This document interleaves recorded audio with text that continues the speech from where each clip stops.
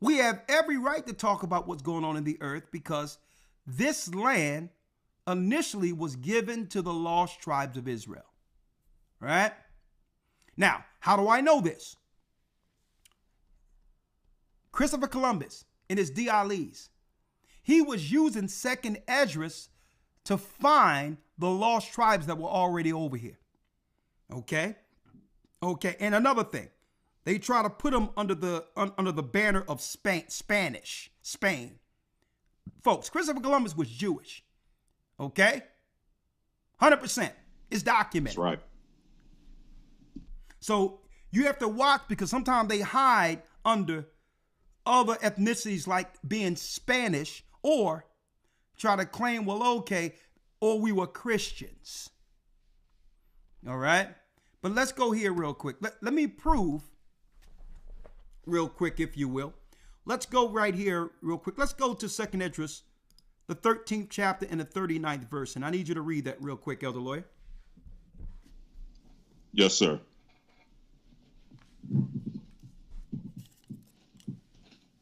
Second Esdras, yeah, in the Apocrypha.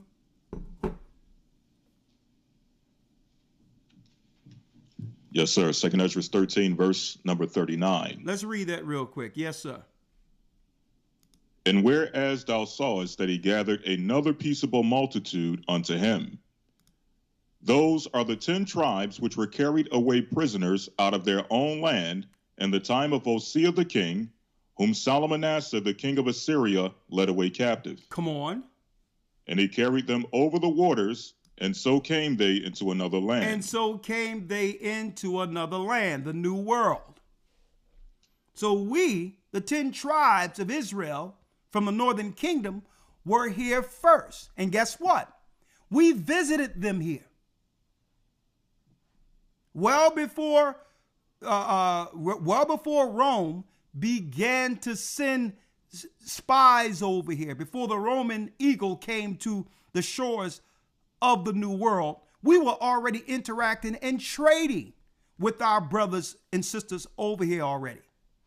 So we don't want to hear this crap talking about if you don't like it, go back to Africa and all this. Well, you all came from someplace else.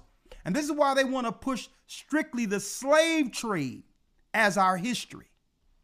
No, our people was here before the slave trade. This is our land.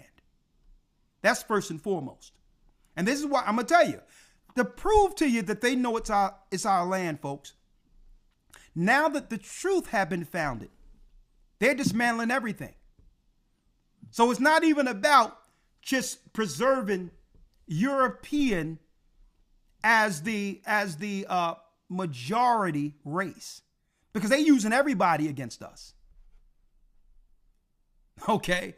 And see, and I'm so glad it's starting to figure out, because now if we start to understand what the Most High did in us when it comes to prophecy and the lands he's given us, now we can dig 10 toes down and say, nah, you're not moving us back any further. Okay? We're God's people.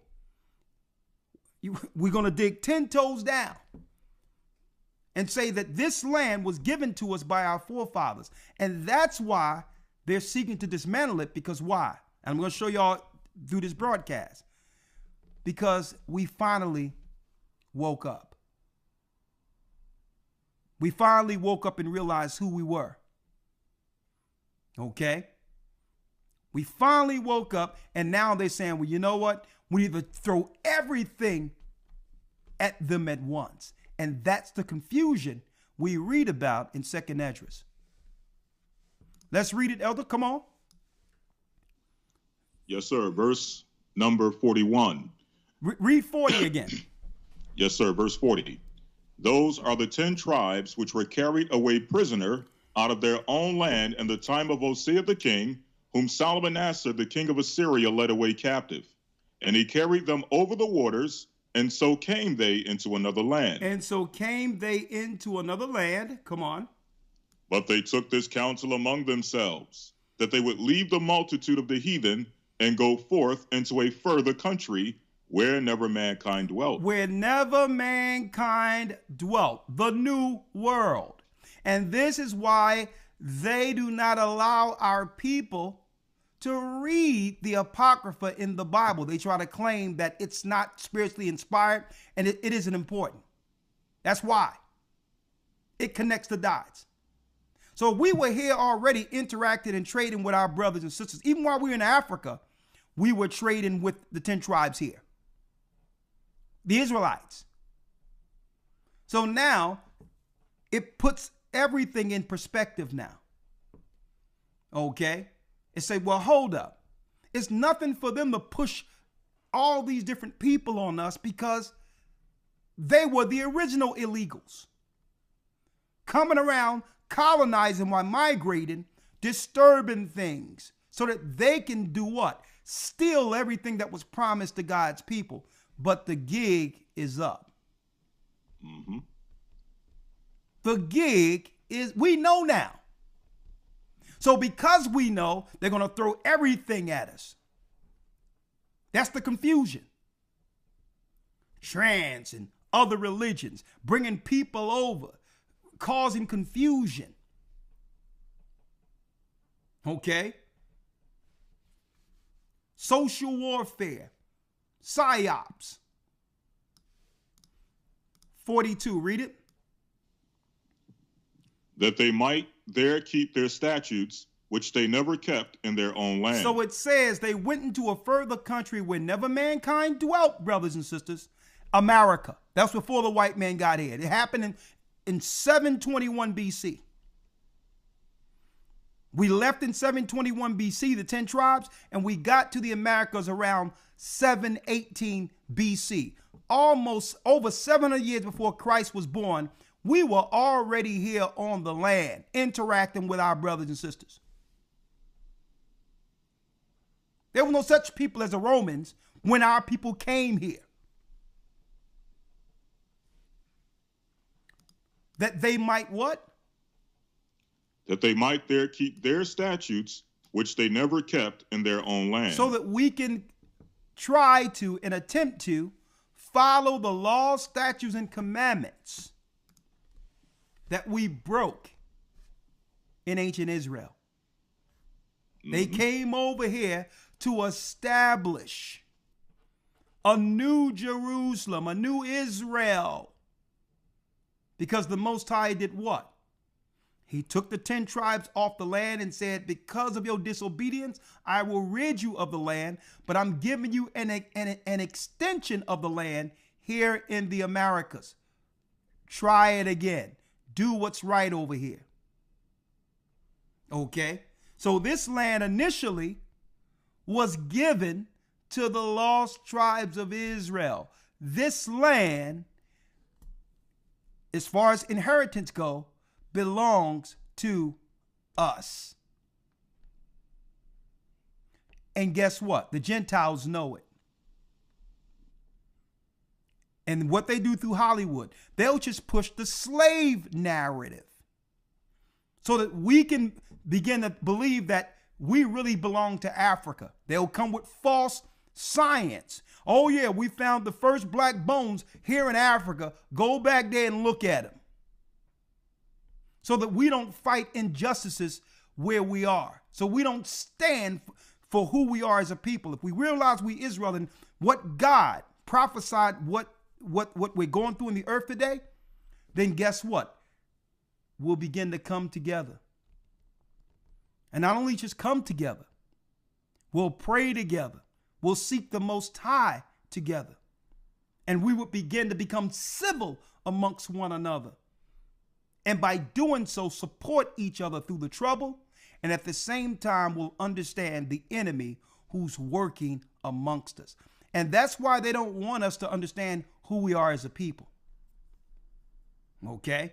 Because as a people, if you understand what race you are, what nation you are, now you'll seek to do what?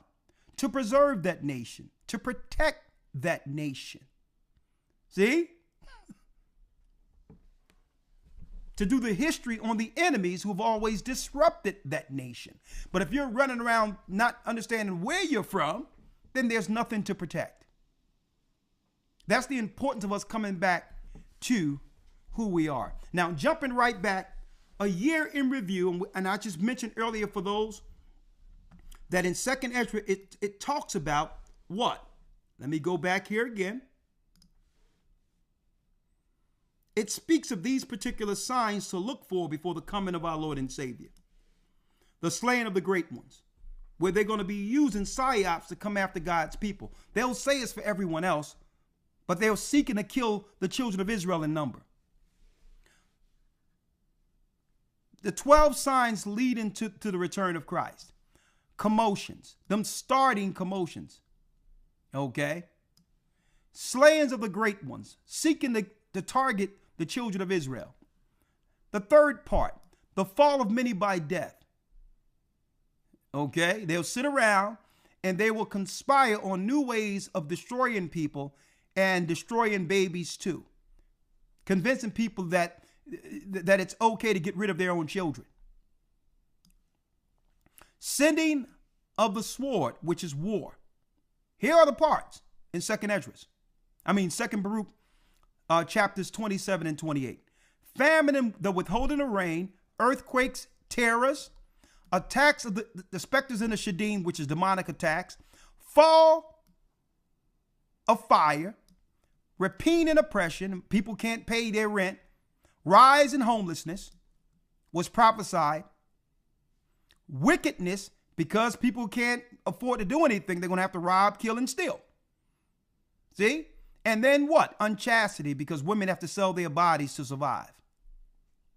The Bible said what was going to happen. And then, the prophets showed us what would happen. And then the part above all of them is the confusion.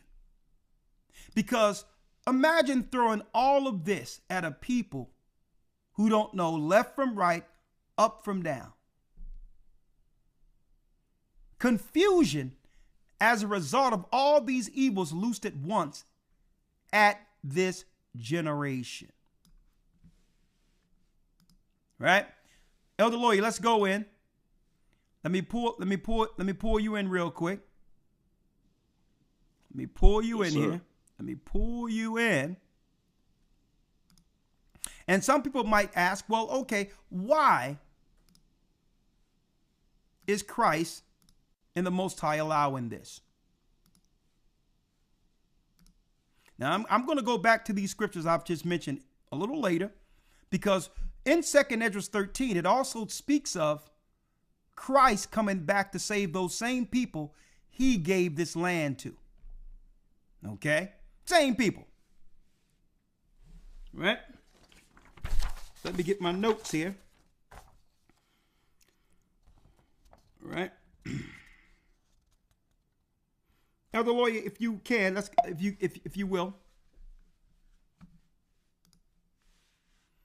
Let's go in the Bible real quick. Let's go to Matthew 17, verse 17. The Most High is allowing this. Let's go to Matthew 17, verse 17, if you will. Yes, sir. Matthew 17, verse 17. Yes. Then Yeshua answered and said, O faithless and perverse generation. Oh, what? O faithless and perverse generation. Oh, faithless and perverse generation. See, a lot of people thought that he was talking about just the generation during his time. But when you look at the prophetic generations, it's the times, and a dividing of times. It's the generation from the time Christ was born until the time he would return. That's the generation he's talking about. To where the world, specifically also God's people, would be what? Faithless. Without faith. So it's easy to be what? Manipulated, confused. And what? Perverse. perverse. So now the Most High must do what? He must allow a purging.